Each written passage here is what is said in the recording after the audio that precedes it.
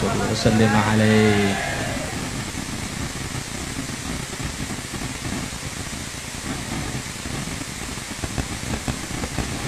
Assalamualaikum warahmatullahi wabarakatuh.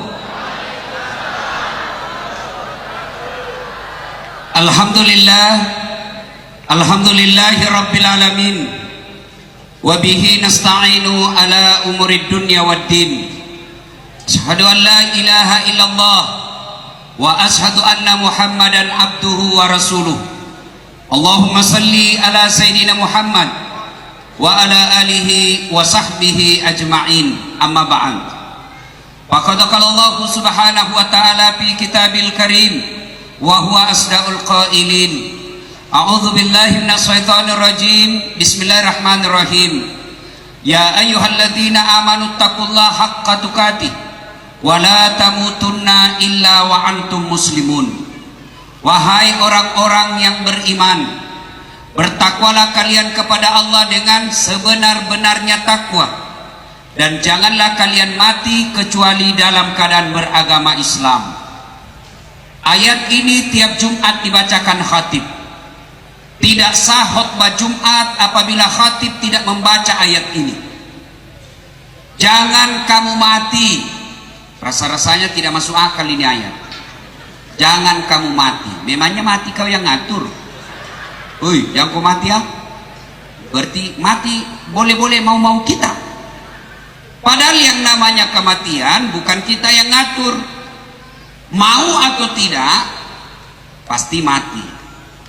Orang kaya, orang miskin, raja-raja, rakyat biasa, duda, kerasnya.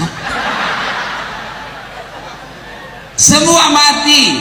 Berarti yang jadi masalah bukan mati. Yang jadi masalah illa wa antum muslimun, kecuali dalam keadaan beragama Islam. Berarti ada orang Islam, lahirnya Islam, khitan syariat Islam, nikah syariat Islam, KTP-nya tulis Islam, tapi belum tentu dia mati dalam keadaan Islam. Adakah orang Islam mati kafir? Banyak. Satu di antaranya hubbi aklil haram, mereka yang suka memakan makanan haram. Siapa mereka? Contoh aja ini, contoh, jangan marah. Contoh sabung ayam. Wih, ada juga di Berau. Beleng-beleng. Oh, didapat sama polisi di dalam hutan. Judi, kejar sama polisi. Jangan lari, masih lari. Jangan lari, masih lari. Terpaksa polisi tembak peringatan ke langit. Masih lari, tembak 2 kali. Masih lari, tembak peringatan 3 kali. Masih lari, terpaksa dilumpuhkan. Tembak kakinya. Wah, kakinya ditembak, kepalanya nak kena. Saya tanya teman ke polisi, bagaimana caranya? Kenapa kakinya kau tembak, kepalanya nak kena? Dia bilang, soalnya waktu ditembak dia jongkok. Nah, apa sialnya?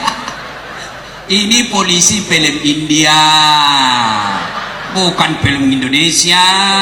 Woi, polisi Indonesia bagus. Yang kau musuh itu polisi, Bu. Anak muda, jangan kau musuh itu polisi. Kau kira enak ini di Berau kalau tidak ada polisi? Rumahmu dirampok, hartamu dijarah, istrimu diperkosa, anakmu dibunuh, lalu kau datang ke polisi. Tapi Pak Polisi, saya dirampok, istriku dibunuh, anakku diperkosa, tolong cari pelakunya, kejar dia, tegakkan hukum. Apa dia bilang Kapolres? Mohon maaf, baru saja polisi bubar. Apa makanya jangan musuh itu polisi. Saya pergi ceramah, macet jalan, tidak bisa maju mobilku, tidak bisa mundur mobilku, gerak pun tidak bisa. Saya baca surah Yasin 2 kali, tidak gerak-gerak. Siapa saya cari? Polisi. Makanya jangan musuhi itu polisi. Anak muda, dicuri mobilmu, dicuri motormu, siapa kau cari? Imam masjid, pret. Siapa kau cari? Polisi. Makanya jangan musuhi polisi. Pun kalau ada polisi yang minta-minta uang di jalan, biar uang 50.000 anak SMA anak minta juga, itu bukan polisi Indonesia, itu Mr. Pijay, polisi peleng India, beleng-beleng. Mau pi habis itu peleng baru dia datang, nah itu polisi peleng India. Siapa lagi yang bisa mati dalam keadaan kafir? Siapa? Mereka yang menerima serangan fajar kalau pilkada. Ini mau pilkada toh? 2020 mau pilkada. Hati-hati kau yang makan money politik. Nah tulis di rumahnya siap menerima serangan fajar. Mantap, baru kau terima. Termasuk anggota DPR yang terpilih gara-gara nyogok.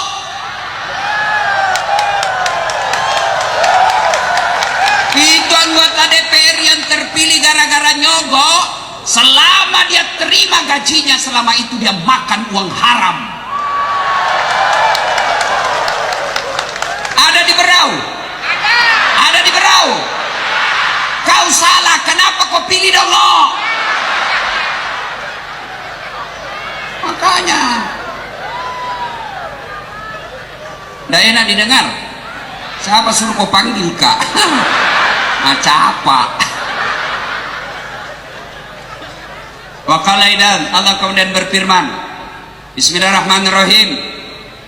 Ya ayyuhalladzina amanu dukhulu fis-silmi kaffatan wa la tattabi'u khutuwatis syaitan innahu lakum adu mubin. Wahai orang-orang yang beriman, masuklah engkau ke dalam Islam secara sempurna dan janganlah engkau ikuti langkah-langkah setan, karena sesungguhnya setan itu musuh yang nyata bagi kalian. Musuh kalian bukan ulama, musuh kalian bukan polisi, musuh kalian bukan STM, musuh kalian bukan mahasiswa, musuh kalian adalah setan, dan setan itu musuh yang nyata bagi kalian. Kira-kira ada enggak setan di tengah-tengah kita? Masa ada orang ceramah ini? Ada setan? Ada, setannya berupa handphone. Orang sudah ceramah masih menggesek. Setan itu HP-mu cilaka. Woi bu, woi, simpan dulu HP-mu, simpan dulu. Ibu-ibu yang pegang HP selama saya ceramah, saya doakan suaminya kawin lagi. Rasa kok masih mau kok. Ini nih, maunya 60 umurnya siaran langsung tuh. Nih, sekali dibilang ada HP-nya. Woi, simpan itu HP-mu cilaka. Di Makassar ada ibu ngefans betul sama saya, tapi umurnya maunya 60 tahun. Begitu saya ceramah, langsung membelakang. Lihat kenapa? Nah belakangi kayak ini. Ternyata mas selfie. Baru udah tulis di WhatsAppnya latar belakang das Atlantik. Kok kira saya background? Kira kok bunga. Kalau saya ceramah dia kejar saya. Ustaz, boleh selfie? Ini yang paling saya tidak suka. Orang capek keringatan, selfie Ustaz. Sini daripada tersinggung sini. Sudah Nabi bilang ulangi dulu Ustaz, jelek. Ulangi lagi, jelek dalam hatiku. Biar kau ulang 10 kali dan mukamu jelek.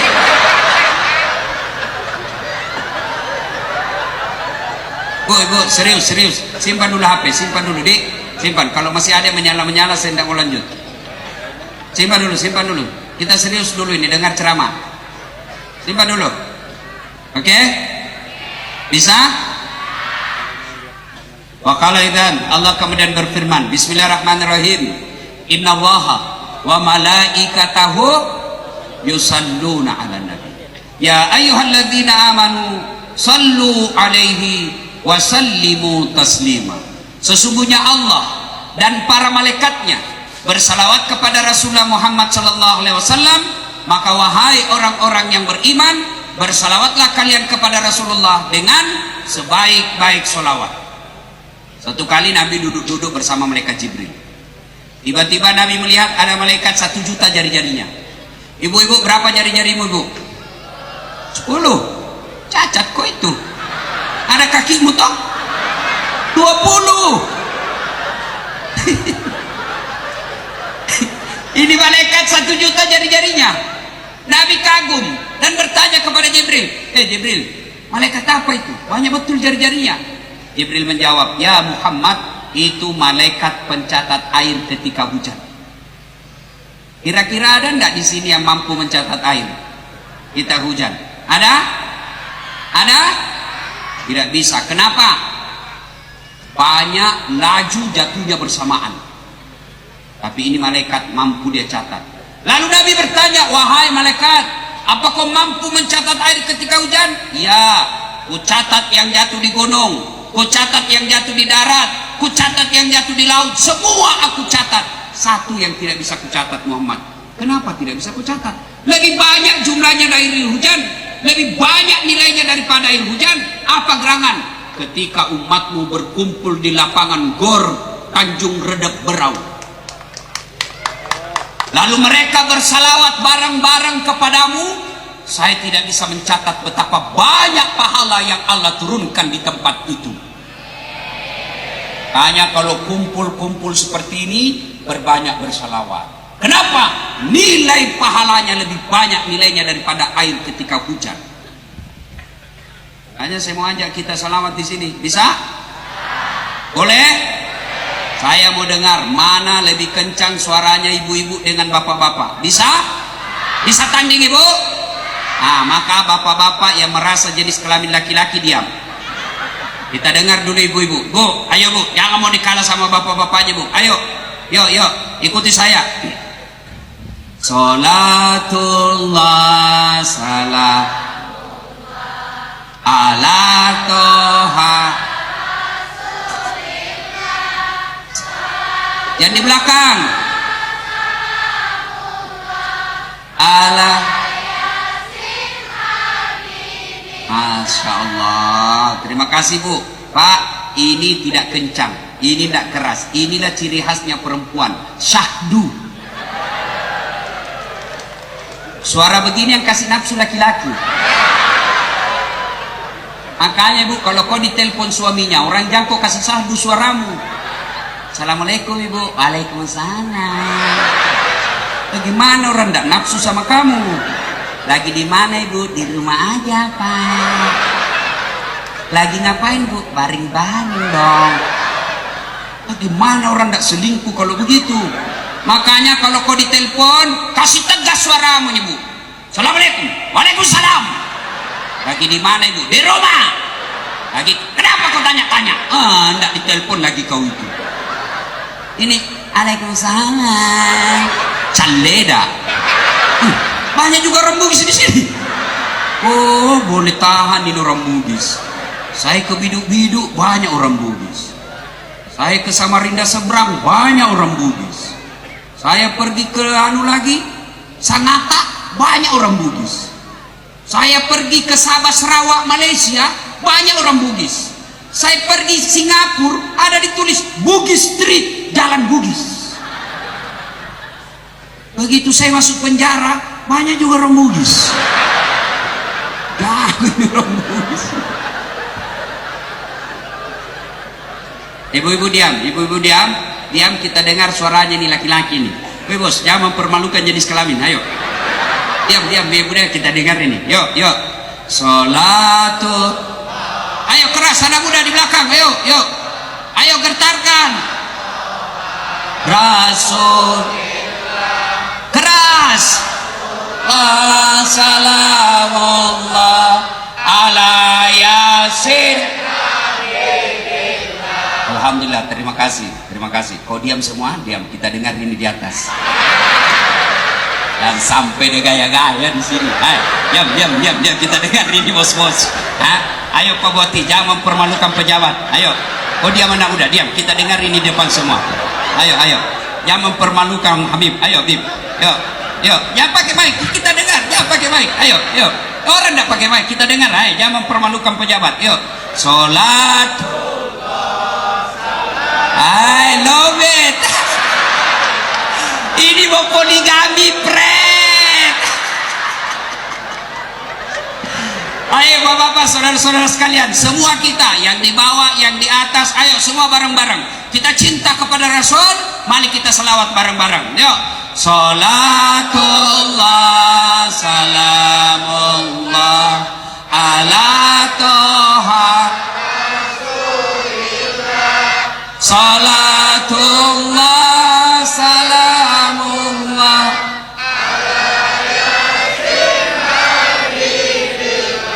Alhamdulillah. Terima kasih Bapak Ibu, saudara-saudara sekalian, teristimewa yang kita muliakan para habaib, alim ulama, terkhusus yang kita muliakan Habib Fahmi dan keluarga dan seluruh majelis yang beliau asuh, dan teristimewa para pejabat sipil yang hadir di tempat ini, Bapak Bupati dan Wakil Bupati, Bapak Kapolres, Bapak Kajatri, Bapak Dandim, apalagi Pengadilan Agama, Ketua Anggota DPR. Saya mohon maaf tidak bisa sebut namanya satu demi satu, di samping karena keterbatasan waktu, juga yang sejujurnya saya belum tahu namanya Bapak, daripada salah-salah toh. Nah, ibu-ibu, mau saya kasih handphone iPhone 11, mau? Harganya kalau baru 40 juta, gratis ibu, dengan pulsanya 5 juta, mau? Angkat tangannya, mau? Masya Allah, banyak betul. Tapi begitu saya kasih ibu, ibu langsung tuli. Mana yang mau tadi? Mana? Kau mau apa handphone kalau kau sudah tuli? Halo? Wih, masuk sih. Halo? Halo? Bukan HP rusak, telingamu galacak. Berarti yang mahal bukan handphone, yang mahal bukan seluler, yang mahal Allah kasih kalian telinga gratis, tidak perlu kau bayar. Hebatnya lagi di telinga, tempatnya proporsional, cantik pas di depan pipi. Pernahkah ibu-ibu bayangkan bagaimana seandainya telingamu dibawa pantat satu di atas kepala satu? Halo Ustadz, ya halo. Di mana Ustadz? Tunggu dulu. Iya toh? Makanya kita ucapkan alhamdulillah. Oh, itu makanya harus bersyukur. Ibu, itu ada kue. Tapi saya yakin di sini ada ibu-ibu Columbus, kelompok ibu-ibu pembungkus. Sudah dikasih satu, dia bilang belum. Doko mana gila wajah. Ibu, itu ada isinya. Sudah, ibu bisa bedakan mana roti mana kacang? Bisa. Biar tutup mata, minum, oh ini air putih, ini teh. Biar kita tutup mata, dan itu tidak perlu kursus. Kenapa? Karena Allah kasih kita lidah yang punya sensor saraf yang bisa dibedakan mana asin, mana gula, mana pedas. Bayangkan seandainya lidah tidak punya sensor pembeda rasa, maka kita tidak bisa bedakan mana roti, mana teh cicak. Iya toh? Masuk aja polos, nggak ada rasanya. Dan hebatnya lagi, Bu, berapa harga blender paling murah di rumah? Berapa? 700.000. 2 bulan berkarat. Allah kasih kita dalam mulut namanya blender, itu gigi. Apa saja bisa dihancurkan, krak, krak, krak. Hebatnya lagi di gigi, dia punya fungsi 3 berbeda posisinya. Yang di depan namanya gigi seri, fungsinya apa? Memutus barang. Masuk ke dalam, merobek. Makanya ibu kalau makan daging kasih begini. Tidak ada orang makan daging begini, kan? Jatuh gigi palsu. Yang ketiga gigi geraham, menghancurkan. Tujuannya apa? Dia hancurkan makanan yang berat, maka itu gigi. Hebatnya lagi nih gigi, tumbuh panjangnya dibatasi. Pernah ibu bayangkan bagaimana seandainya gigimu tumbuh seperti rambut? Gondrong semua minimum. Saya yakin Pak Kajari tidak secakep ini kalau dia keluar sudah giginya. Ya, Makanya kita ucapkan alhamdulillah. Ini ada kamera ini, banyak betul ini kamera. Ini kalau dikumpul semua 400-an juta. Saya mengajar mata kuliah di Unhas namanya fotografi, cara motret. Harus ibu bapak punya kamera minimal 25 juta. Mau ngambil gambar yang bagus tidak cukup lensa kecil, harus punya tele namanya, paling murah 8 juta. Sudah punya kamera tambah tele harga paling murah 8 juta, sudah cukup? Tidak, harus punya ilmunya. Kenapa? Kalau tidak punya ilmunya, Ustaz, foto setengah badannya, ya berdiri setengah badan, pas jadi pantat ke bawah, setengah badan juga itu. Tapi apakah ini kamera mahal? Bukan. Apa yang mahal? Mata. Allah kasih kalian gratis. Hebatnya lagi nih mata, dia bisa bedakan mana istri, mana tetangga. Bayangkan kalau tidak bisa dibedakan mana istri, mana tetangga, tertukar-tukar istri. Kenapa ini malam minggu lain-lain rasanya? Oh ternyata Satpol PP. Makanya kita ucapkan alhamdulillah.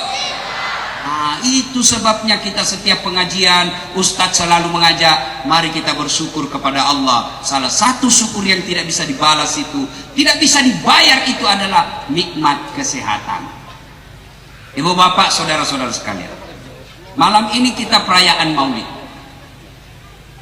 Dari Sabang sampai Merauke, dari Indonesia ke Malaysia, dari Indonesia ke Eropa, dari Indonesia ke New York, saya ceramah Maulid, semua temanya sama. Apa? Meneladani Nabi, mencontoh Nabi dalam kehidupan sehari-hari. Masalahnya, bagaimana kalian mau contoh Nabi kalau sejarah Nabi kau tidak tahu? Saya tanya ibu, halo ibu, berapa anaknya Nabi?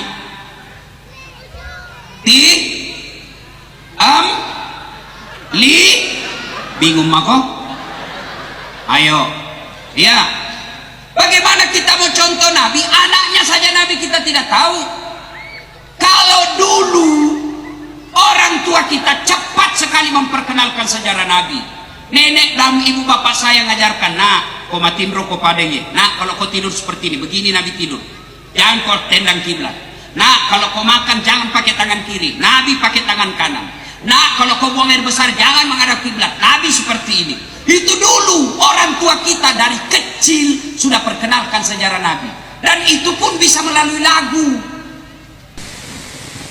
Zaman kecil saya dulu lagunya mamaku begini. Pada zaman dahulu kala, pada zaman jahiliyah. Kenapa zaman jahiliyah mak? Nah, lanjut lagunya. Lahirlah seorang Rasul yang terakhir dan mulia. Siapa namanya mak? Nabi Muhammad namanya. Mamanya Siti Aminah ibunya. Bapaknya Abdullah nama ayahnya. Di mana tinggal? Tanjung Redep atau Tanjung Bang? Madinah tempat tinggalnya. Terus kenapa Mima? Setelah dewasa diangkat menjadi Rasul. Siapa yang angkat Ma? Pak Bupati atau Gubernur? Oleh Allah yang kuasa. Allah itu siapa Ma? Pencipta alam semesta. Dulu, ibu-ibu dulu begitu lagunya. Ya toh? Masuk lagi Isra Mi'raj, apa lagi lagunya? 27 Rajab Nabi Muhammad diisrakan dari Masjidil Haram ke Masjidil Aqsa. Dulu anaknya mulai gadis dikasih lagu-lagu semangat jilbab. Jilbab putih, lambang suci gagah perwira. Oh, salah sambung ya. Itu dulu. Kita juga remaja dulu, lagunya pun lagu-lagu dakwah. Karena ada sekarang orang bilang haram itu lagu. Tergantung bos, lagunya bagaimana. Nabi hijrah dari Makkah ke Madinah kan disambut dengan lagu. Lagunya apa? Tala al-badru alaina. Itu lagu, tergantung lagunya bos. Saya zaman kecil lagunya apa? Omai Rama. Mengapa mengapa minuman itu haram? karena merusak kepikiran. Mengapa berzina juga haram? Karena itu cara binatang. Mengapa semua yang asik-asik itu diharamkan? Mengapa semua yang enak-enak juga diharamkan? Jawabannya,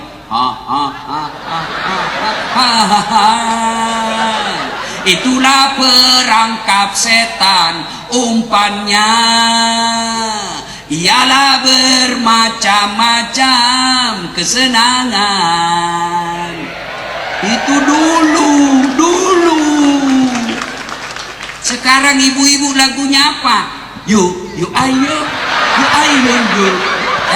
dongo. Woi, ini semua ini katanya majelis taklim, majelis zikir, tiap bulan pengajian, giliran olahraga pergilah olahraga depan laki-lakinya orang, di depanlah perempuan, bajunya sempit, roknya sempit, bapak-bapak di belakang, maju lain ibu-ibu, 1 2, bapak-bapak di belakang, tidak. Gimana ndak hancurin semua ini nih? Katanya majelis taklim Makurasiri, naiklah di panggung Agustusan, putar ke kiri nona, putar belem-belem. Tahu belem-belem? Tahu? Dongo. Tahu dongo? Kaulah itu. Bu, apa haram olahraga? Sunnah bagi ibu-ibu, tapi jangan campur-campur laki-laki dong. Ya, lagunya ibu-ibu dulu kan nasihat. Kata suaminya, lagu pun enak. Jangan juga mentang-mentang suamimu sudah tua, sakit-sakit, kau kasih tidurlah dia baru kau menyanyi. Bila Israel datang tempel ke suami, kurang ngajar aja. Itu lagu-lagu dulu. Sekarang lagunya anak muda. Kita dulu kan merama Pak, lagunya Ebit G. Ade. Mungkin Tuhan mulai bosan melihat tingkah kita yang selalu salah dan bangga dengan dosa-dosa. Itu dulu. Sekarang lagunya anak milenial apa? Pulang-pulangku berbadan dua, matamku lisu. Astagfirullah. Ya, dah. Ibu bapak, saudara-saudara sekalian. Dengan maulid kita bisa tahu sejarah Nabi. Oleh karena itu, hikmah maulid sebenarnya yang paling penting adalah kita tahu sejarahnya Nabi.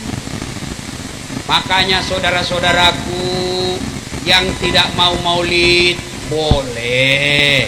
Kami hargai kalian tidak maulid. Kami tidak menganggap kalian sesat. Tapi tolong kalian juga hargai pendapat kami yang mau maulid.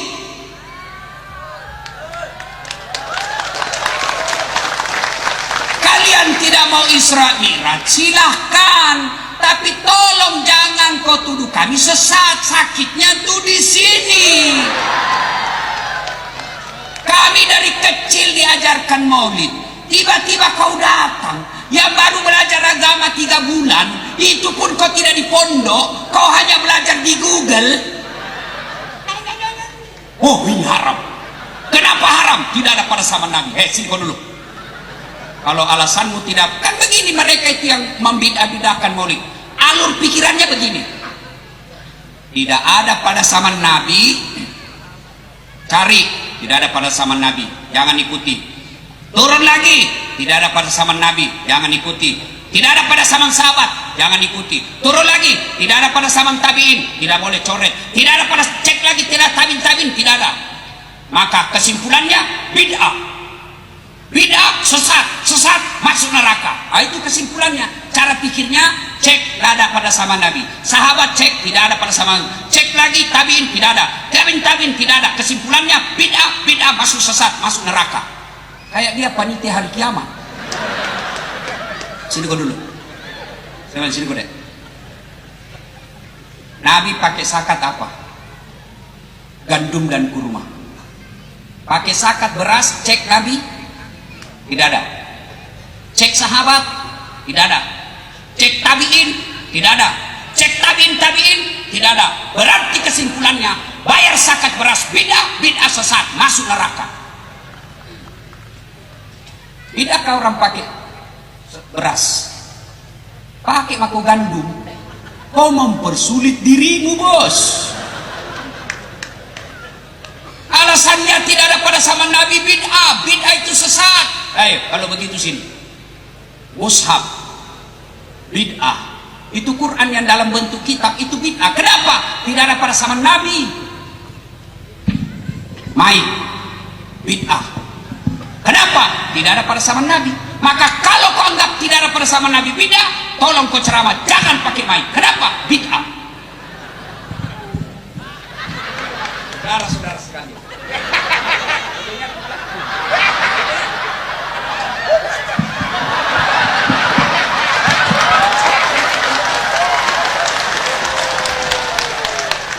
Makanya ini kalian yang tidak mau maulid, kami hormat, kami hargai pendapatmu, tapi jangan kau tuduh kami sesat. Nabi hidup di Madinah, ke tanah suci Makkah, haji pakai apa? Pakai apa? Onta. Dari Madinah ke Makkah haji pakai onta. Berarti yang naik pesawat bid'ah. Maka tolong kalau kau anggap itu tidak ada pada zaman Nabi bid'ah, maka naik ontalah kamu dari biduk-biduk ke Mekah 17 tahun dah sampai kok. Jelas. Inilah maulid. Namanya memanfaatkan momen. Tidak setiap saat orang boleh dikumpul begini. Apa yang salah dengan maulid ini? Coba. Dengan maulid satu, kita dengar pembacaan ayat suci Al-Quran. Tolong tunjukkan saya larangan membaca ayat suci Al-Quran di lapangan. Tunjukkan saya. Dua, dengan maulid kita bisa bersilaturahim. Saya jarang sekali ketemu dengan Pak Bupati. Baru kenal Habib Fahmi. Dengan maulid saya bisa berkenalan dengan beliau. Hikmah maulid. Pak Kapolres baru saja tugas di Berau. Dengan maulid Bapak bisa lihat beliau dan beliau bisa lihat kekuatan kita ada di sini. Maulid. Tiga, dengan maulid ada kesempatan bersedekah. Berapa ribu dos yang disedekahkan. Mana ada larangan bersedekah. Yang kelima, dengan maulid Bapak dengar ceramah malam ini. Bukan saya yang jago, saya ulang, bukan saya yang jago, tapi Bapak Ibu yang hadir di sini yang hebat. Biar saya menggelegar ceramah di sini 3 jam berapi-rapi, tapi sendiri tidak ada pendengarnya. Lewat orang, sudah lama itu gila Ustaz dari Sulawesi. Ini kita datang karena cinta kita kepada Rasulullah Muhammad Sallallahu Alaihi Wasallam. Dua. Yang ketiga, mari kita dengar sisi-sisi kehidupan Nabi. Satu, usia Nabi 16 tahun. Nabi kemudian jalan di Mekah. Belum jadi Nabi deh, 16 tahun.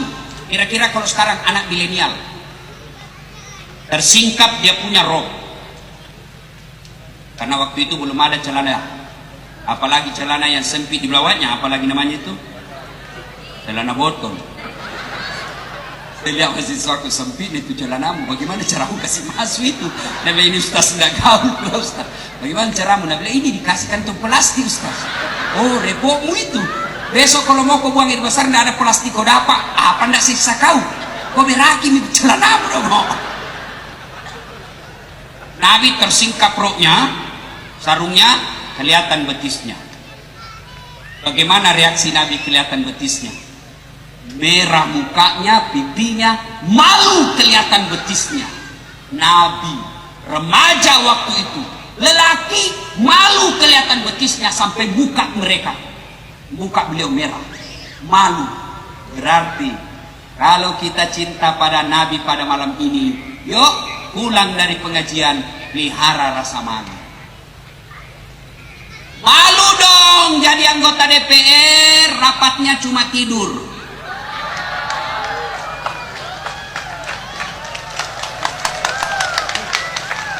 Sudah digaji mahal-mahal, sudah dipilih, ya sudahlah, urus rakyat. Jangan malah kalian lagi mau diurus. Saya berharap itu ketika pelantikan DPR RI dan DPR kota, seluruh anggota DPR berkata begini, As-sawmagadin, saya niat berpuasa selama saya jadi anggota DPR. Puasa apa? Puasa dari kemewahan.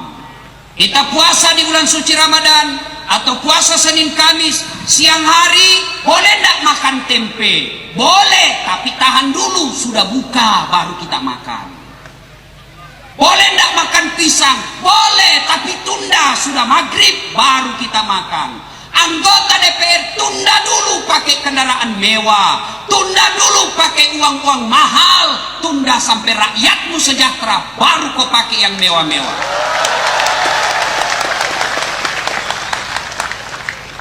Tunda dulu. Malu dong anggota DPR tidak ngurus rakyat.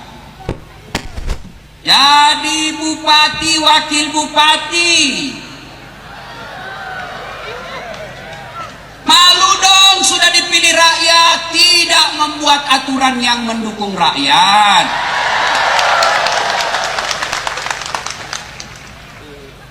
Nah, sekarang kesempatan kalian. Ada dua di sini. Saya berdoa mudah-mudahan akur.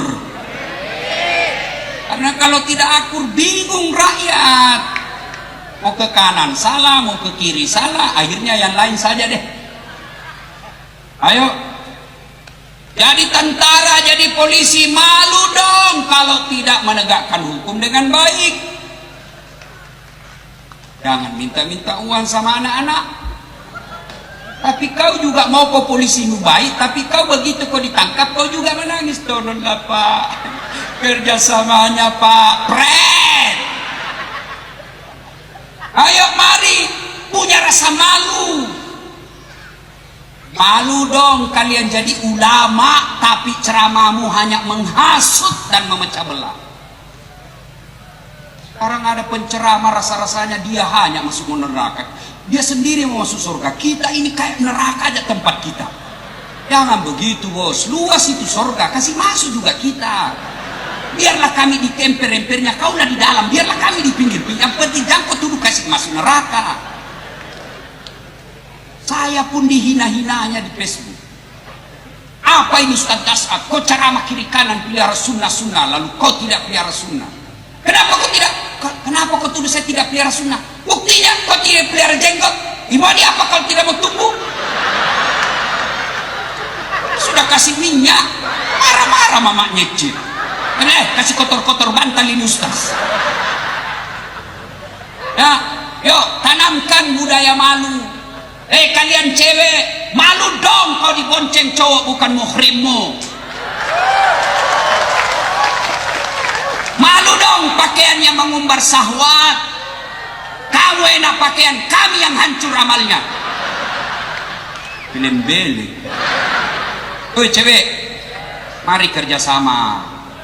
Kami cowok jaga mata, kalian cewek jaga akhlak.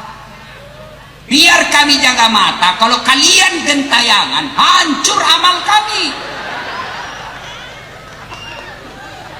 Kita keluar rumah, ngaji dulu, zikir dulu, sholat duha dulu, baru keluar. Baru 3 kilometer keluar dari rumah, habis amal. Sebelah kanan ketek, sebelah kiri dada, di depan kita cewek dibonceng kelihatan celana dalamnya. Sampai di kantor angka pahanya kelihatan. Dilihat. Haram tidak dilihat. Barang bagus.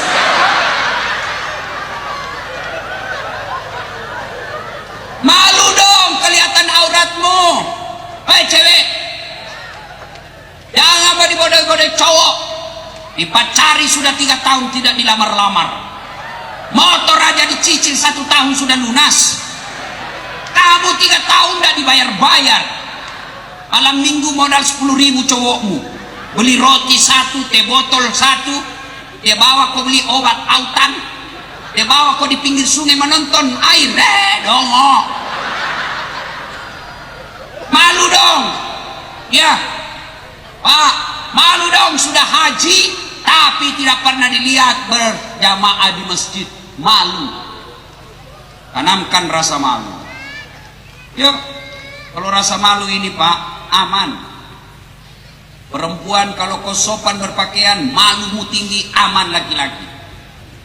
Karena kami laki-laki tergantung perempuannya. Iya, coba lihat kalau perempuan, ada anak muda pakai gitar, lewat di pinggir jalan, ceweknya pakai jilbab, kalaupun ditegur sama cowok, paling dia bilang, Assalamualaikum, mau surga deh, paling itu. Tapi coba kalau yang kelihatan pahanya, kelihatan dadanya, jalan, apa dia bilang cowok? Cewek jungkir balik.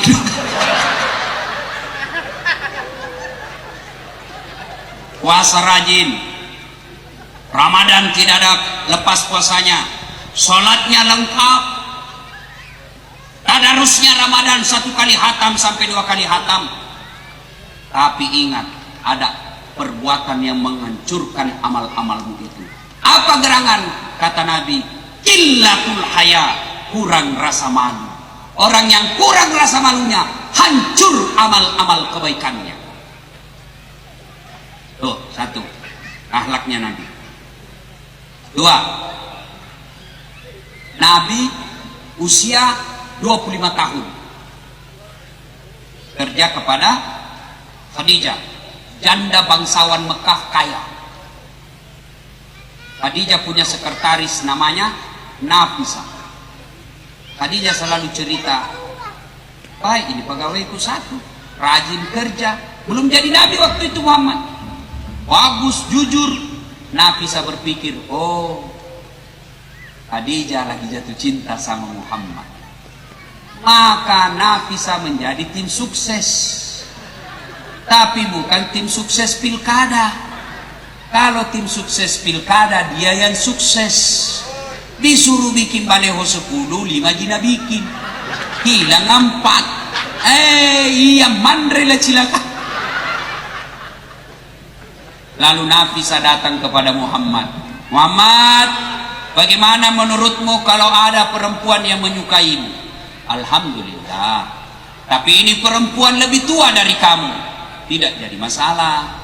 Tapi ini perempuan sudah janda, tidak jadi masalah. 2 kali janda, tidak jadi masalah. Tapi dia bosmu, tidak jadi masalah. Yang jadi masalah, kata Nabi, betulkah dia suka sama saya? Nafisah berkata, tenang Muhammad, saya punya urusan. Lalu Nafisah datang kepada Khadijah. Bunda, bagaimana menurut Bunda kalau ada laki-laki yang menyukai Bunda? Alhamdulillah. Tapi ini anak muda, tidak jadi masalah. Lebih muda dari Bunda 15 tahun, tidak jadi masalah. Anak buahmu, tidak jadi masalah. Yang jadi masalah, betulkah dia suka saya? Nabi bilang, Nafisah, tenang Bunda, saya punya urusan. Ini tim sukses yang menjaga kedua belah pihak. Nikah. Nikahnya Rasulullah membawa mahar 300 ekor onta. Ini kalau dirupiahkan sekarang, 1 onta 25 juta. Kali 300 berapa itu ya? Hah? Kurang lebih 5 miliar. 7,5 miliar. Coba. Jadi keliru kalian kalau mengatakan Muhammad awal-awalnya miskin. Tidak, Muhammad orang kaya. tapi kekayaannya bukan dipakai berpura-pura. Amar sudah nikah, lahir anaknya, anak pertamanya dikasih namanya Qasim dan seterusnya. Kemudian usia 40 tahun Rasulullah naik ke gua Hira, lalu bersemedi kalau bahasa Jawanya sekarang. Tiba-tiba datang malaikat Jibril dalam bentuk anak muda yang gagah, putih bersih. Dia peluk Nabi dan berkata, Muhammad, Iqra, baca. Nabi berkata, saya tidak tahu membaca. Baca Muhammad, saya tidak tahu membaca. Baca, saya tidak tahu membaca. Akhirnya dipeluk sampai sesak napas. Nabi pun kemudian mengikuti Jibril. Iqra bismi rabbikal ladzi khalaq, dan seterusnya. Menggigil Nabi setelah menerima wahyu. Pulanglah ke rumahnya. Sampai di rumah, Nabi berkata, istriku sayang, saya kedinginan, menggigil, tolong selimuti saya. Ibu, kira-kira kalau 3 hari 3 malam suamimu tidak ada kabar, kamu telepon tidak dijawab, di miss call dia reject, kira-kira pulang menggigil, Bu, selimuti saya ibu. Apa jawaban ibu? Langsung selimut? Tidak, diinterogasinya suaminya. Dari mana kau? Kenapa bisa kau kedinginan? Mana itu HP-mu? Maka ibu kalau mau mencintai Nabi malam ini, buang sangka buruk kepada suamimu.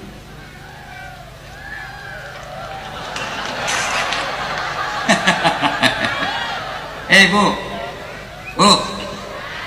mau tenang dalam rumah tangga? Mau? Hilangkan sakwa sangka. Baik sangka sama suami. Gak usah telepon-teleponnya diperiksa. Makin sering ibu periksa telepon, maka sering ibu sakit hati. Gak ikhlas ini ibu ini. Hei, mau tenang? Gak usah periksa handphone suami. Lalu setelah periksa handphone dan ditahu, ibu mau apa? Minta cerai, anak sudah 4. Daripada sakit hati, ikhlaskan saja, gak usah periksa.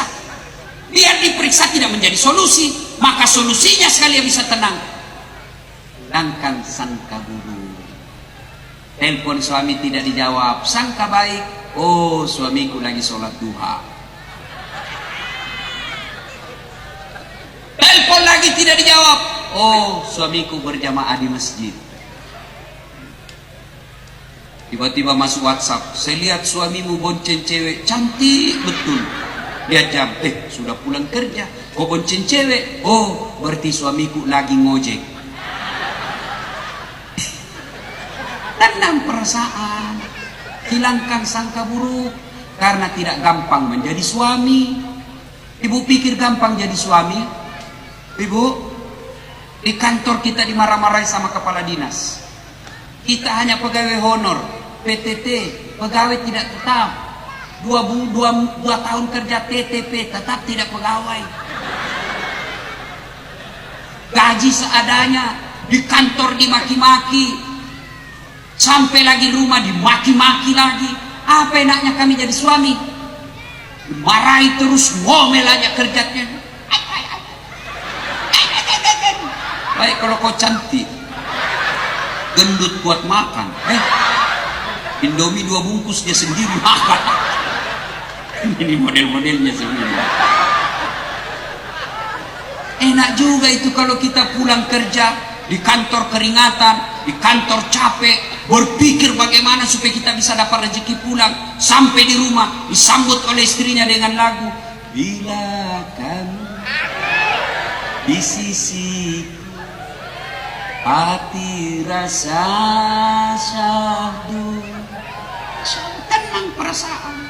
Marah-marah lagi suaminya, dia peluk dari di belakang. Insaflah wahai manusia. Enak perasaannya kita jadi laki-laki. Yang ketawa, saya serius ini. Bu, oi, Bu, itu enaknya jadi perempuan dalam Islam. Dosanya istri, suami ikut menanggung. Coba, kalau ibu taat sama suami, pintu surga dalam genggaman. Pernah ada sahabat bertetangga dengan seorang ibu muda. Lalu ibu muda ini sakit mamanya. Datanglah tetangganya memanggil, "Bu, orang tuamu lagi sakit, ibunya. Kau datanglah besuk dia." Apa kata ini ibu muda? "Mohon maaf, suami saya belum pulang. Saya dilarang keluar rumah sebelum beliau pulang." Sakaratil maut ibunya. Datang lagi. "Bu, kau pergi lihatlah itu orang tuamu. Sudah sakaratil maut. Masa kau tega tidak pergi melihatnya?" Apa kata ibu muda ini? "Mohon maaf, saya mau sekali melihatnya, tapi suami saya belum pulang. Saya takut melanggar janji saya kepada suami." Meninggal ibunya. Datang lagi tetangganya. "Bu, kau datanglah lihat itu orang tuamu. Yang terakhir kalinya. Masa kau tidak mau datang melihatnya?" "Saya mau sekali, tapi apa boleh buat? Saya tidak bisa. Suami saya belum pulang. Cukup saya doakan." Marah ini yang panggil. Dia pergi melapor sama Nabi. "Ya Rasulullah, itu tetanggaku keterlaluan sekali. Mulai dari sakit sakaratil maut sampai ibunya dikuburkan dia tidak datang." Keterlaluan betul. Kok bisa begitu? Kata ini, "Kenapa bisa begitu?" Kata Nabi. "Ya Rasulullah, suaminya pergi perang. Dipesan sama suaminya, jangan keluar rumah sebelum saya pulang." Dengar ini, apakah Nabi marah? Subhanallah, Nabi justru bersabda, "Alhamdulillah, diampuni dosa ibu yang meninggal karena punya anak yang taat terhadap perintah suaminya." Masih ada perempuan begini sekarang? Masih ada? Ini semua ini, alhamdulillah. Tapi yang banyak saya lihat, baru 1 jam pergi suaminya, pergi juga dia tawaf. Dia kelilingi semua komplek di Berau. Ini tetangganya beli televisi, dia sibuk. Mana beli? Dia cicil itu. Kenapa kalau dia cicil? Tetangganya beli kulkas, cicilan aja itu. Suaminya saya tanya gajinya. Kenapa? Urusannya orang. Yang bagus seorang perempuan, pergi suaminya, maka dia tinggal di rumahnya, menghargai suaminya, tidak keluar. Gimana caranya? Ya sholat duha, doakan suami.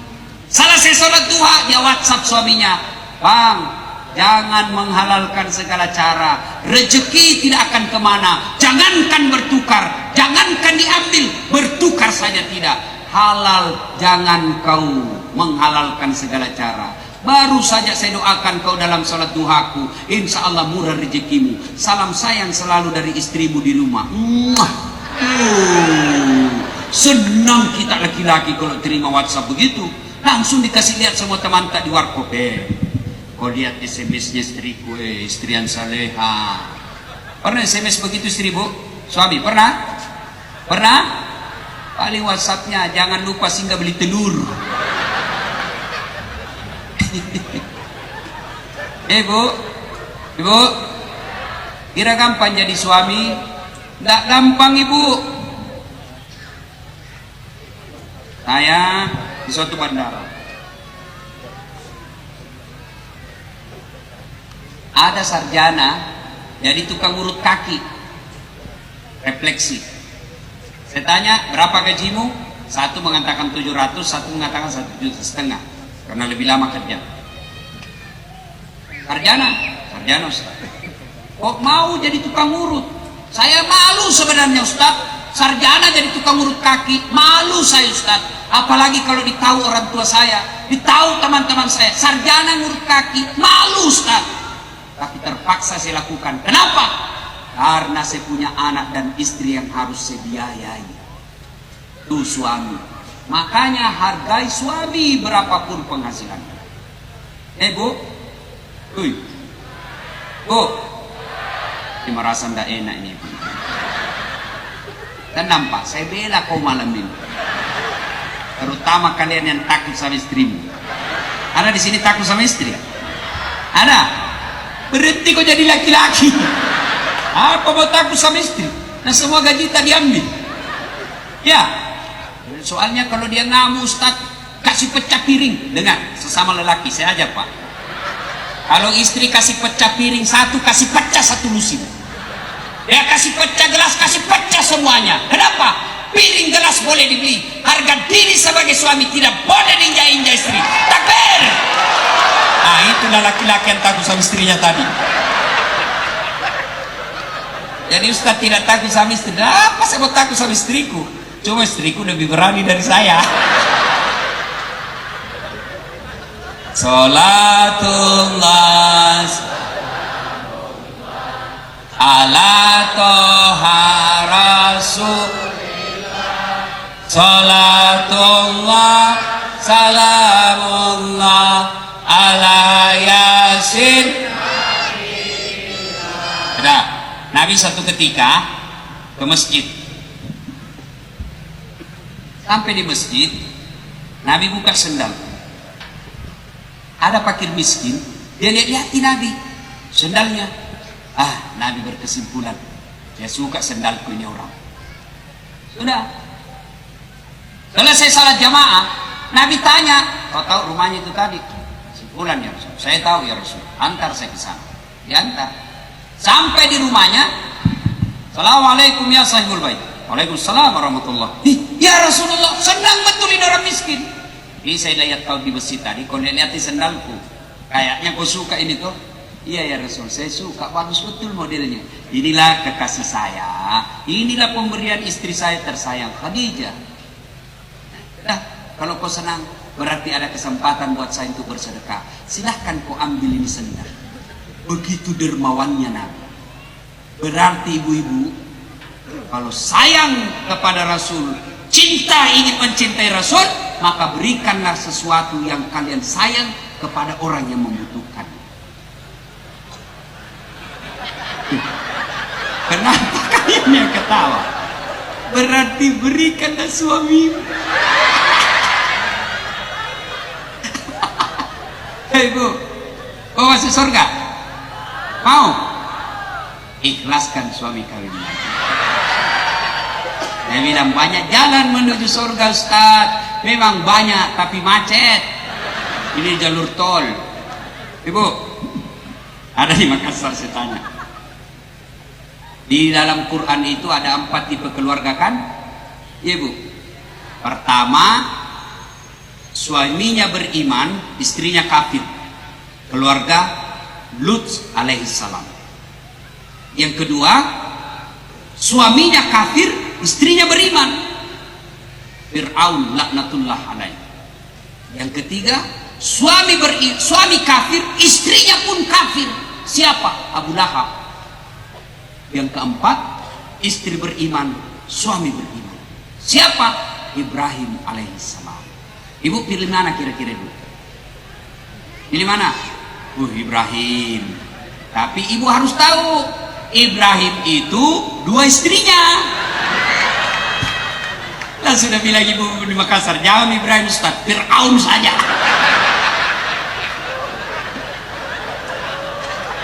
Nah, Bapak saudara-saudara sekalian, kalau cinta kepada Rasulullah, yuk menjadi orang yang dermawan.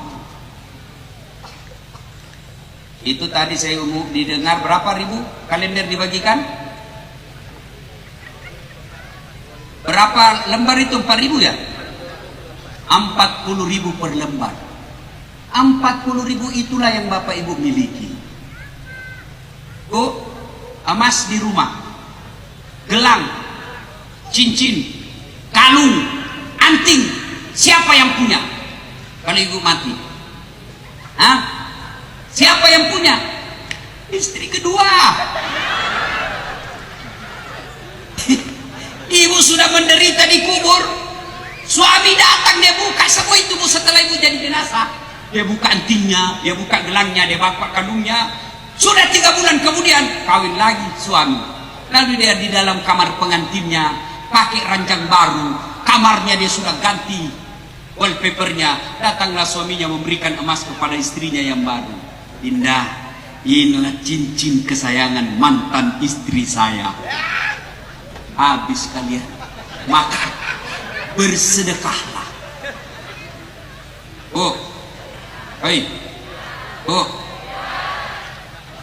kalau sudah usia-usia senja, sudah muka-muka sakaratil maut, sudahlah, tuh panggil anak, nak, ini ada emas saya 80 gram, ini ada emas saya 900 gram, sini nak, jual ini kalau laku insya Allah, bisa laku.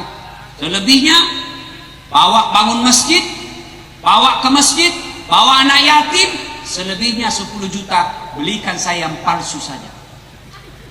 Itu enaknya jadi orang kaya, biar palsu orang juga masih percaya asli. Beda kita orang miskin, biar kita pakai aslinya bilang dari mana dia dapat itu palsu aja. Maka kalian yang sudah kaya nggak usah kok pakai yang asli, pakai aja yang palsu, aslinya kirim ke akhirat sebelum kalian sampai. Maka tidak perlu, saya tidak setuju kalau ada ustadz bilang tidak usah cari uang banyak-banyak, tidak dibawa mati. Salah, cari uang banyak-banyak, bawa mati. Bagaimana caranya? Kirim sebelum mati. Saya bilang sama mamanya cek di rumah, sayang, tidak usah kau pusing soal uang, uang tidak dibawa mati. Kau sedekah, uangmu kau tidak bawa mati. Apa dia bilang? Betul, uang tidak dibawa mati. Tapi kalau tidak ada uang, rasanya mau mati. Waduh, saya mimpi. Ayo, Pak, kenapa bapak-bapak selama ini miskin? Kenapa? Karena selalu mental minta-minta. Demi Allah, cari orang di Berau ini, ada orang bangkrut gara-gara sedekah. Ada? Ustaz, itu rumah di sudut yang tinggi itu, kaya dulu. Cuma karena rajin sedekah bangkrut. Tidak ada. Yang bangkrut narkoba, yang bangkrut judi, yang bangkrut selingkuh. Bukan poligamnya, selingkuh. Poligami halal, ibu boleh tidak setuju, tapi jangan kau cela orang yang berpoligami. Kalau ibu-ibu cela, nanti di akhirat tanya sama malaikat, kenapa kau hina sunnah? Kancang ibu. Ibu, suami itu tergantung istri. Percaya, kalau istrinya baik, tutur katanya lembut, belum pulang suaminya sudah siap makanannya, datang mertuanya dia hormati, datang saudaranya dia muliakan. Begitu suamimu mau kawin lagi, mertuamu yang bela kamu. Apa mau kawin lagi? Itu istrimu baik betul, belum tentu kau dapat perempuan lebih baik dari dia. Apa kau mau kawin lagi? Haram air susunya. Mama saya kalau marah begitu, haram air susu. Wih, kaget kita, apa ini? Mati kita kalau dibilang haram air susu. Itu kalau kita baik sama mertua. Tapi kalau jahat sama mertua, apa dia bilang kalau pulang anaknya? Apa itu istrimu nak? Saya didik kau baik-baik, saya sekolahkan kau tinggi-tinggi supaya hargai kau orang. Nah istrimu saja tidak hargai kau. Datang saya tidak pernah manis-manis mukanya. Datang saudaramu bengkok aja terus mukanya. Di dalam kamar tidak pernah keluar-keluar. Apa itu istrimu? Kawin kau lagi, saya carikan kau sepupumu. Mau kau? Papa juga jangan suka tipu istri. Alasan tenang ibu, saya bela ibu sekarang. Hei, alasan rapat kau pergi merapat. Ada di Batu Licin. Selesai khutbah, dia datang sama saya curhat. Ustaz, saya bangkrut Ustaz. Doakan saya Ustaz, saya mau pulang malu meninggalkan utang. Saya mau tinggal dikejar-kejar, saya mau dibunuh Ustaz. Tolong doakan saya Ustaz. Baik, sebelum saya doakan Pak, tolong jujur, jangan kau bohong. Ya Ustaz, bagaimana perlakuanmu kepada istrimu selama ini? Apa dia bilang? Wah itu dia Ustaz, saya lebih senang istrinya orang daripada istriku Ustaz. Selo jangan kau banyak bicara cilaka, itu sebabnya. Pak, dengar, Nabi 11 istrinya. Berapa? 11. Dari 11 istri Nabi, tidak satupun istri beliau berkata, saya nyesal nikah sama kau Muhammad, rugi saya nikah sama kamu. 11. Bapak satu aja istrinya menderita lahir batin. Ditanya, Ustaz, saya dagang rugi, saya bawa mobil tabrakan. Sebabnya kau durhaka sama istrimu. Coba kasihan istri kita, dia tinggalkan Jawa, dia tinggalkan Madura, dia tinggalkan Sulawesi, datang merantau, ikut sama suaminya, mengabdi sama suaminya di Berau.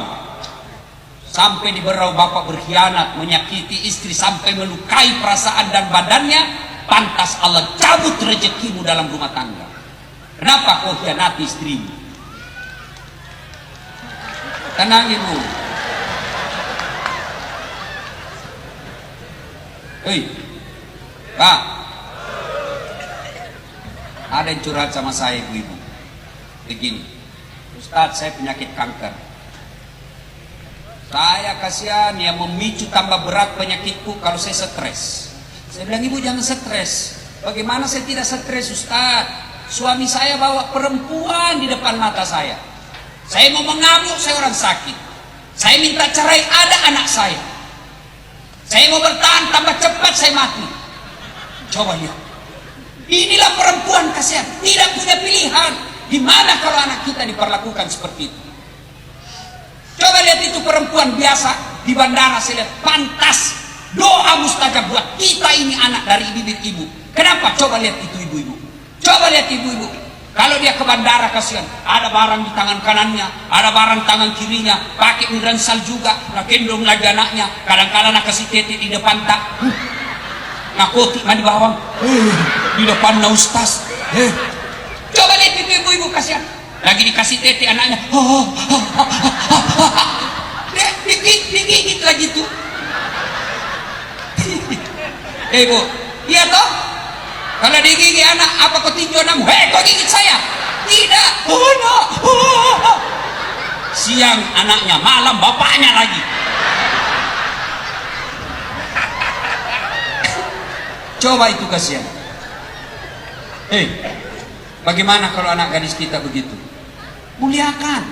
Saya tidak suka sifatnya Ustaz, tidak betah saya. Jangan kau sakiti fisiknya, kau datang ke pengadilan baik-baik, pisah secara baik-baik. Tidak usah kau cerita jelek. Boleh, kalau tidak tahan lagi. Ini kau maki-maki sih, jadi lagi anakmu.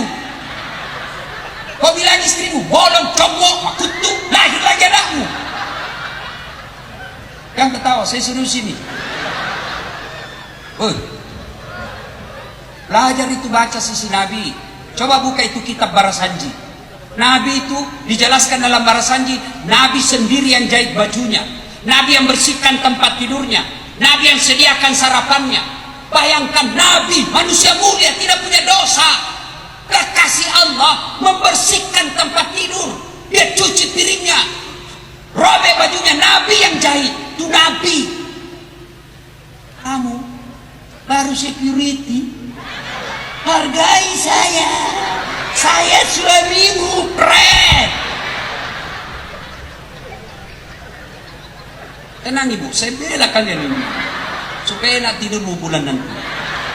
Ya Pak, Bapak, Bapak tahu enggak kalau mati? Biar Bapak hitam jidat, Senin Kamis Bapak puasa, tahajud tiap malam, 1 juz 1 hari Bapak baca. Bagus kau punya sholat sunnah, tapi istri tidak pakai jilbab, istri tidak sholat, istri dibiarkan suka gosip, maka bapak nanti sebelum istri masuk neraka, bapak duluan di depannya. Jangan juga suka ngomel-ngomel, karena ibu ditanggung itu dunia sampai di akhirat. Ya, Nabi 11 istrinya tidak pernah satupun namanya dipanggil istrinya. Khadijah tidak pernah dipanggil, Khadijah ta'al sini, tidak. Khadijah beliau panggil Ummul Mukminin. Aisyah beliau panggil ya Humairah, yang merah-merah pipinya. Kau pulang ini panggil istri yang panggilan kasih sayang. Wahai istriku yang termancung hidungnya di lorong tiga. Dan tidak mancung hidungnya Ustaz, ya giginya kau lihat. Justru giginya mancung Ustaz, ya lehernya lah apa kek. Cari bagusnya, alisnya kah apa. Jangan terlalu jujur, mentang-mentang hitam istrimu. Bolong! Nah bilang istrimu, apa PC? Kasihan anak-anak ketawa, bolong PC. Lah hamil lagi. Rasulullah. Rasulullah kalau minum, Pak, minum Rasulullah, dia minum. Udah itu, dia kasih istrinya. Minum lagi, kasih lagi istrinya. Hebatnya, Nabi minum bekas bibirnya istrinya. Bekas bibir. Coba kalau bapak-bapak minum bekas bibirnya istri, bau betul mulutnya.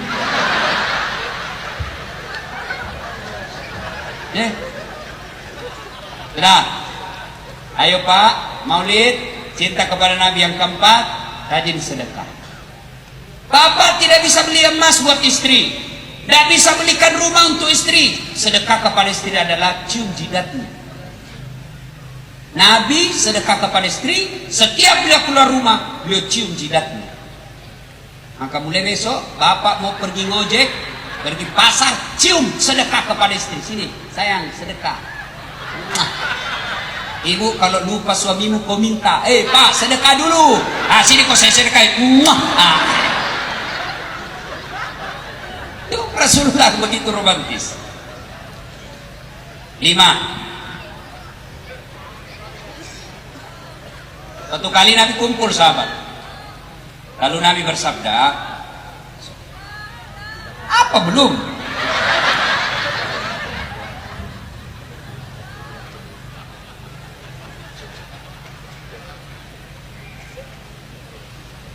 Oke, ini ibu ini terlalu asik dengar ceramah, akhirnya lupa anaknya.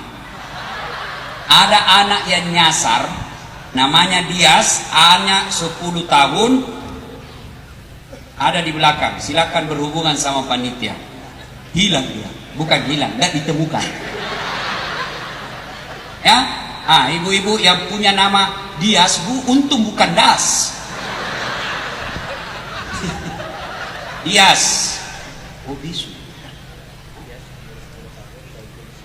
Oh, baju muslim biru. Silakan berhubungan panitia di belakang. Tidak usah malu-malu, berdiri aja. Ya, udah. Nah, Nabi lalu bersabda, saudara-saudara sekalian, laki-laki tetangga dengan masjid wajib datang berjamaah. Bubar. Datang tunanetra, buta. Ya Rasulullah, bagaimana dengan saya? Nabi bersabda, kau lain. Kenapa kau tidak melihat? Pulang. Belum jauh dipanggil kembali. Ada teguran dari Jibril. Ya, Fulan, kembali sini. Apa? Kau dengar azan di masjid? Saya dengar ya Rasul. Kalau begitu, kau wajib datang berjamaah di masjid. Artinya, oleh-oleh yang kelima, kalau Bapak cinta kepada Rasul, mulai besok hidupkan sholat berjamaah. Alhamdulillah saya lihat di masjid di Berau ini cantik-cantik, penuh-penuh jamaahnya. Apalagi kalau subuh penuh sampai di luar, tidak ada di dalam. Dan di dalam orang tua sudah pensiun, lomba batuk di dalam.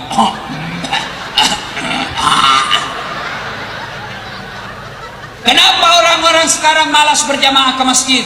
Satu, karena dia tidak lihat pahalanya. Andai saja Pak Bupati umumkan siapa yang datang berjamaah sholat subuh diberikan pulsa 200.000, beras 50 kilo.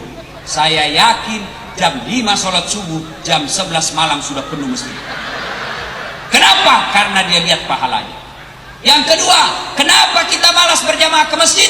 Karena dia tidak tahu pahalanya. Apa pahala berjamaah? Kata Nabi, 1, kalau kau wudhu dulu, baru kau ke masjid, melangkah kaki kanan, 1 pahala, melangkah kaki kiri, gugur dosa kecilmu.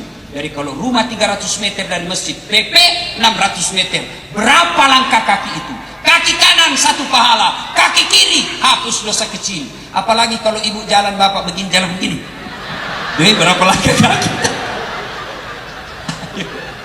Yang kedua, sholat berjamaah kata Nabi, apalagi kalau kau ke masjid, seluruh materi yang kau lewati, pagar, dinding, aspal, tembok, akan jadi saksi. Ya Allah, jangan kau masukkan dia neraka, masukkan dia surga. Saya saksinya, tanggal 6 November dia datang berjamaah di masjid, jangan kau masukkan neraka. Itulah sebabnya kalau kita di masjid, kalau 2 rakaat sholat sunnah pindah lagi, 2 rakaat lagi pindah lagi. Supaya apa? Tambah banyak saksi di akhirat.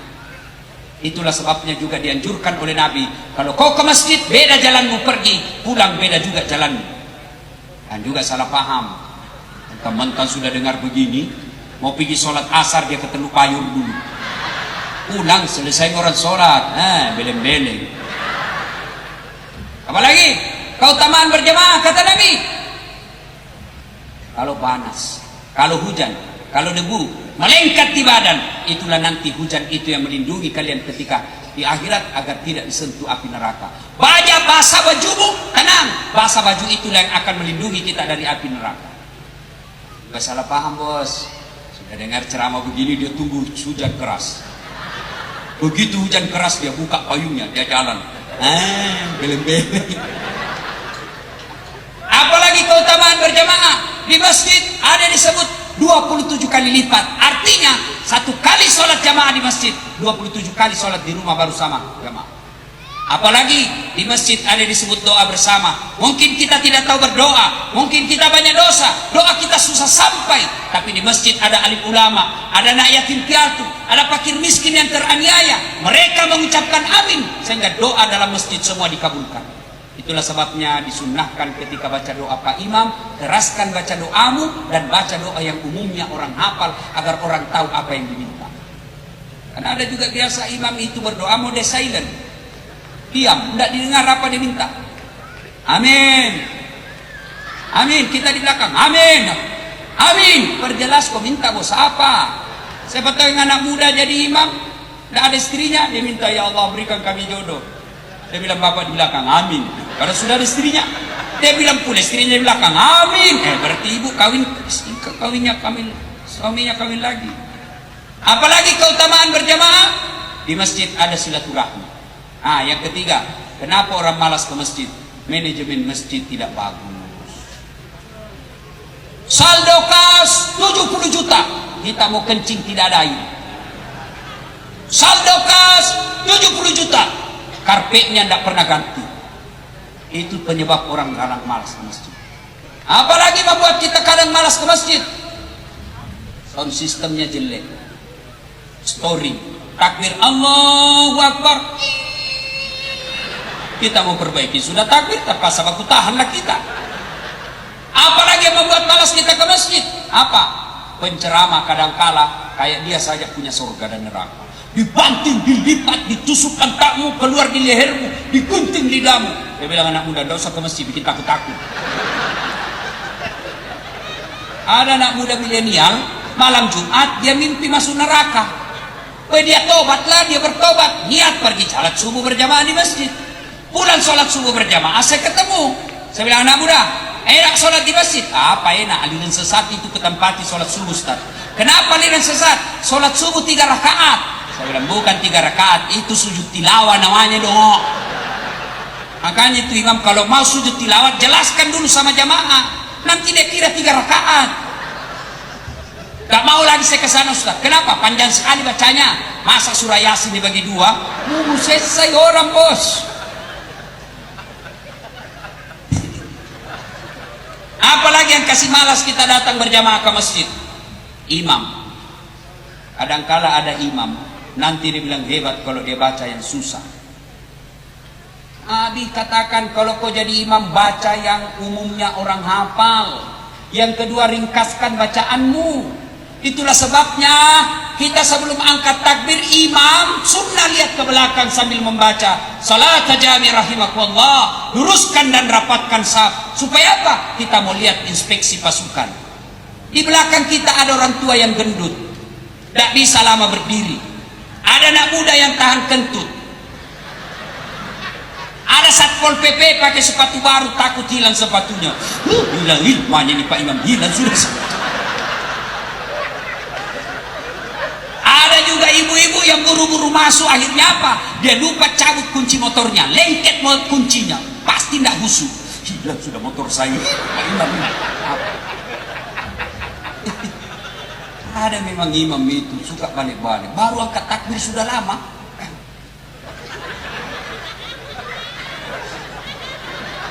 Ada jatuhnya ya kamu dibawa bos.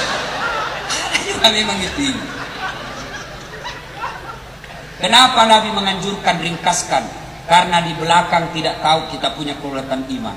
Kalau anak-anak mungkin yang remaja masjid yang masih muda-muda dan agamanya baik, bisa dia tahan. Tapi orang tua yang sudah pensiun 70 tahun, kasihan. Kau baca yang panjang-panjang, kau siksa mereka. Jatuh kepalanya. Naik lagi, kasihan, belum selesai. Jatuh lagi. Belum selesai, naik lagi. Bagaimana disisa orang tua. Yang kedua kata Nabi, kalau kau jadi imam, baca yang umumnya orang hafal. Tujuannya apa? Satu, begitu kau baca yang hafal, semua orang bisa ikut. Coba kalau imam baca Qul huwallah, anak-anak juga ikut Qul huwallah. Kenapa? Nah hafal. Tapi begitu imam membaca surah Al-Anfal ayat 3 sampai 87, dia husuk dengan bacaannya, kita husuk dengan hayalan. Kita mau ikut tidak dihafal. Kita mau ruku belum selesai Pak Imam. Terpaksa kita baca semua pengumuman masjid. Keadaan keuangan masjid, saldo kas, pengeluaran, pemasukan, dia baca semua Pak. Belum selesai kita baca lagi itu kalender Persatuan Guru Republik Indonesia cabang Teluk Bayur. Belum selesai bajunya lagi orang dibaca. Caleg DPR RI nomor urut 7 Kabupaten Berau, dibaca semua. Siapa salah? Imam. Yang kedua, tujuannya disuruh orang baca umumnya orang hafal. Supaya apa? Begitu salah imam, ada yang bisa luruskan. Coba kalau imam baca wadduha salah, semua kita bisa bantu. Kenapa? Kita hafal. Tapi begitu imam membaca surah Al-Anfal salah, hadapi dirimu dengan kesusahan. Ada mudah disuruh imam, kau imam, setelah bacaannya, begitu dia jadi imam, tiba-tiba ada cicak jatuh dekat telinganya. Tak kaget, dia lupa sambungannya ayatnya. Apa sambungannya ini? Dia lupa betul. Sening saat masjid, tenang hening, tak ada yang bisa bantu. Imam langsung dia bilang, tolong bantu di belakang. Bila yang di belakang, saya juga tidak tahu. Ada yang berteriak, anak muda, dia bilang, kalau begitu ya sudah, Allahu Akbar. Siapa salah? Siapa salah? Imam. Ini kejadian waktu ini, kisah nyata waktu di kampung kecil. Sholat asar, lama sekali imam sujud. Lama sekali imam sujud. Kenapa lama sekali? Tidak biasanya. Tiba-tiba ini diangkat kepalanya anak muda, temanku. Langsung teriak, wih, tidak ada imam. Atas lama, imam tidak ada di depan. Ternyata dia keluar dari pintu samping. Selesai sholat, kacau masjid, kacau. Selesai sholat, kita pitanya, Pak Imam, kenapa tinggalkan saf? Dia bilang, mentukan. Dia bilang, saya kentut. Pak Imam, lain kali kalau kau kentut, kasih bangun kita supaya dilihat kau pergi. Dia bilang, justru saya sengaja karena malu saya kau lihat. Siapa salah? Siapa salah? Imam. Itu kemarin saya sholat maghrib, saya lupa masih apa namanya. Dia bilang, nanti saya tahu apa dibaca. Satu, waladhdallin. Waladhdallin. Oh amin. Saya lupa namanya masih di sana. Astagfirullah, saya teman-teman. Allahu Akbar. Jengkelkan kita. Siapa salah? Imam. Makanya hati-hati milih imam. Salah milih imam, kacau masjid. Jadi makmum siapa saja boleh, tapi ada aturannya juga jadi makmum. Kalau kau jadi makmum, jangan kau merasa alim sendiri. Kau ganggu orang, baru angkat takbir nasi sami mama. Oh,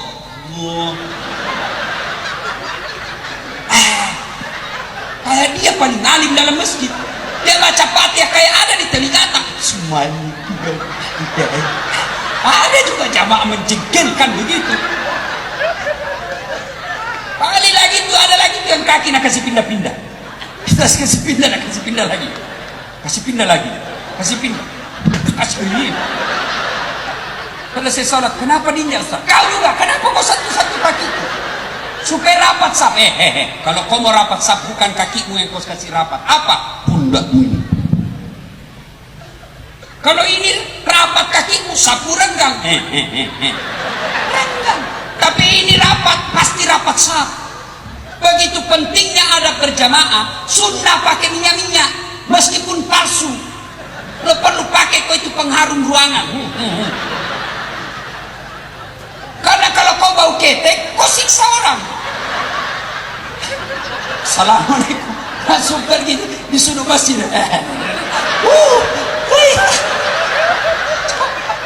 Itu adabnya. Maka Nabi bilang kau pakai parfum. Bahkan kalau mau angkat takbir, itu sunnah bersihkan gigi. Makanya orang-orang tablik teman kita jamaah tablik mau takbir, dia gosok giginya pakai siwak.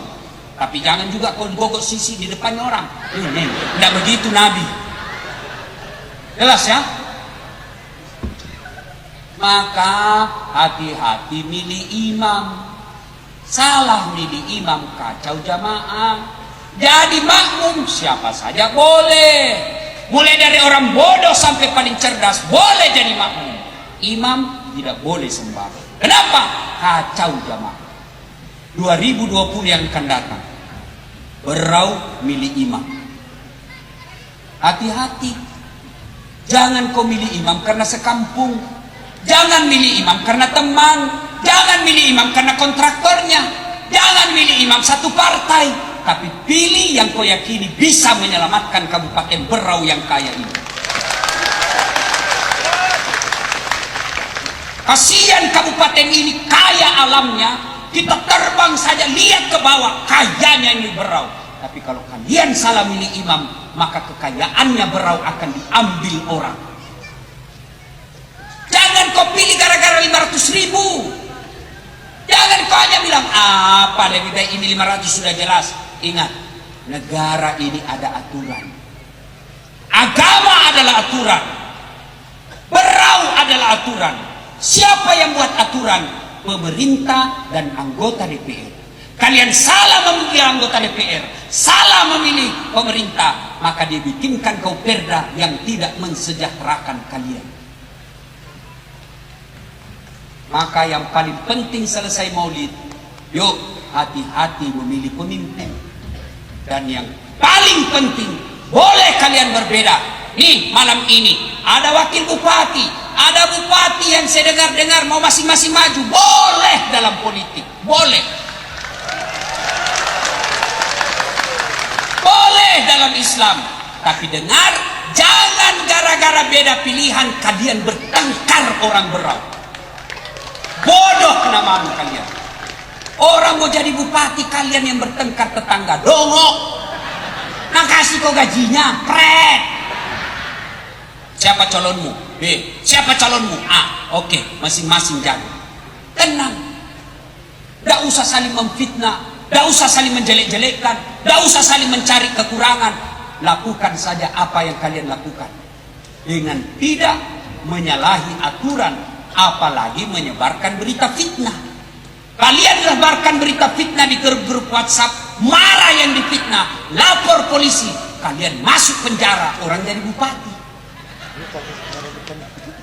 Maka akhirnya ingat pesan Al-Quran, wa'tasimu bihablillahi jami'an wa la tafarraqu. Berpegang teguhlah engkau kepada tali persaudaraan agama Allah dan janganlah engkau bercerai-berai. Nabi dengan sangat cantiknya mengibaratkan umatku di Berau itu seperti tangan badan ini. Tangan kanan gatal tanpa disuruh kiri yang garuk. Tangan kiri gatal tanpa diundang kanan yang garuk. Gatal dua-duanya kerjasama. Berbeda tapi akur. Akur meskipun berbeda. Tuh badan. Kalian anak muda jalan malam-malam. Tahan tuh kakimu. Bah! Kaki tahan tuh. Langsung mulut berteriak. Coba. Kaki tahan tuh. Mulut merespon. Mata mencari. Mana nih? Mulut meniup. Indo. Kaki mengusap tangannya. Tidak ada anak muda tahan tuh kakinya. Rasa kok, siapa kau jalan kau lagi. Begitu mestinya kita diberau. Satu sakit, yang lain ikut merasakan penderitaan. Maka selesai maulid ini, kalau ada yang ganggu polisi, dia akan berkata, jangan kau ganggu polisi. Kau ganggu polisi, kami rakyat berau kau hadap. Polisi juga bilang begini, hei, jangan kau ganggu rakyat berau. Rakyat berau kau ganggu, ku tembak kepalamu. Itu namanya persaudaraan. Tim sukses, jangan bodoh-bodohi masyarakat. Para calon-calon bupati nanti yang terbentuk, jangan kau sogok rakyatmu.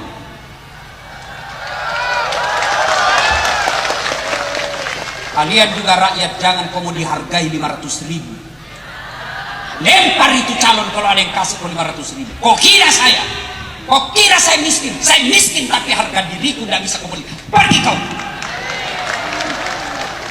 Lapor sama Panwas kalau ada begitu. Bisa? Kita buktikan nanti dalam pemilu. Ibu bapak saudara-saudara sekalian, banyak yang ingin kita sampaikan, tapi waktu yang sangat terbatas. Insya belum puas ibu? Mati muda saya kalau saya kasih puas tuh. Saya bukan laki-laki pemuas. Alhamdulillah, insya Allah lain waktu dan kesempatan. Kalau masih mau dengar ceramah saya, gampang. Silakan nonton Tablik Akbar Dami Indonesia TV One setiap hari Sabtu atau Ahad pukul 14.30 atau setengah 3 waktu Jawa, setengah 4 waktu sini sampai selesai. Cuma lama, biasa 1 minggu baru muncul lagi. Ada yang tiap saat boleh nonton, tiap malam 24 jam boleh nonton. Di mana caranya Ustaz? Ambil HP, buka YouTube, tulis namaku Dasat Latif, keluarlah ceramahku yang ribuan itu. Sudah itu, jangan lupa kasih tanda begini, like dan subbreaker. Apa? Ya itu subbreaker. Ya kau kasih begini bos, kasih begini, nak cari kau malaikat pencabut nyawa. Asal ceramah kau kasih begini. Mau cepat habis kota, maka saya sediakan namanya Chelsea, ceramah singkat 1 menit. Gimana caranya? Follow saya di Instagram Dasat Latif 1212. Sudah ku follow, sudah ku tidak mau tak putar ceramah Ustaz. Aku yakin tidak ada datamu. Nah ibu bapak saudara-saudara sekalian, kira-kira saya ceramah ada faedah? Ada manfaat?